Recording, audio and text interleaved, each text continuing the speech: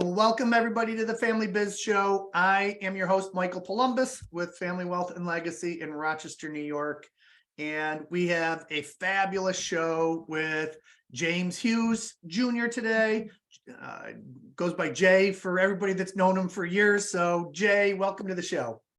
Michael, thank you. I am excited once again to be joining you in this journey to help families flourish. Today, so Jay's been on the show a number of times, but for those of you that don't know him, let me just say that, you can hear one of the other episodes to get his background, but was an attorney, still is an attorney, but stopped practicing and started really helping families because, what he realized is he couldn't deal with the whole family from a legal perspective. And that was frustrating. So as he said in past episodes, the law left him. He didn't leave the law. I love that. That was great.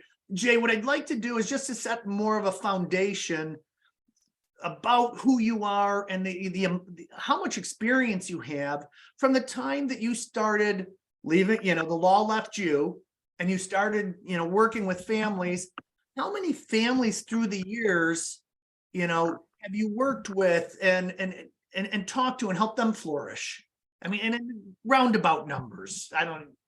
Well, I'll answer the question in what a wonderful question. Let me see if I can answer it this way. In terms of a direct relationship with a family, over the 55 years I've been practicing, and particularly the last 30 that have been this family work, I would say somewhere between 30 and 40, in all different capacities. However, I think it's also fair to say that with people like you and a number of other close associates who turned to me with questions, I would say that I've influenced in the right sense of that word through people like you, Michael, hundreds of other families. And then again, I hope this doesn't sound hubristic at all. It isn't. It's just the answer to your question. It has been my practice in this last 30 years, when invited to, and not the last few years when I'm more or less semi-retired, but it was my practice to accept invitations to meetings of communities like the Purposeful Planning Institute, where I felt that I could learn something and also, again, influence a much, much larger number of people who would be reaching in turn, let's say, the 20 to 30 families that they were helping as their practices developed. So I had to give a long answer. I'm sorry, I'm prone to long answers, it's a sort of segmented. And then the last thing I would say is sort of an indirect influence, but I have written, as the sites of my subsite show, quite a number of books, helped other people write books, written forwards to books.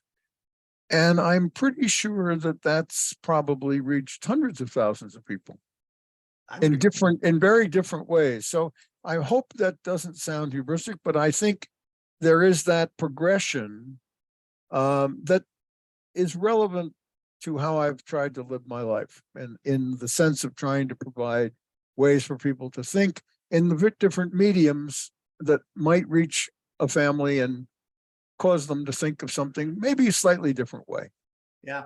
And it's the impact you've had through the years that I just find so endearing, because you do it you're so gracious with your time, and this passion of helping families flourish is real. It's like your core purpose. Yes.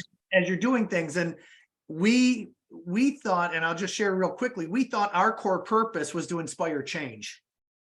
And then over the last 6 months, we realized that wasn't our core purpose. Our core purpose was to strengthen families, strengthen businesses, and strengthen legacies. And so when we do those things, the inspiring change is important, because oftentimes people do have to change whether, if they were somebody that I'm not a lifelong learner, well, in order to do these things, we need to be a lifelong learner. If I'm, an older, not an elder, I might need to make some switches on how I'm doing things. So I got those two confused, and it was really helpful when we do this. And that's why I think you and I can talk about these things for so long. Yes. That's at the core of the flourishing family and strengthening families. So. And Michael, I'd say one more thing, and then we'll get to our subject. Without making the audience crazy, I've been working with some friends over the question of, does anything change or does everything evolve? Mm. And I think maybe it's a little gentler to think of evolution. So I think it's actually what happens. I think we have stages of life. We move through them in a kind of natural way, always hoping that we're accreting more spiritual and intellectual capital to become more human. So I love where you're changing. I think you're evolving. I think that you're absolutely right. In a good way. That was Absolutely. Oh no. Yeah. This is the most natural thing. So I just throw that in for our audience's delectation.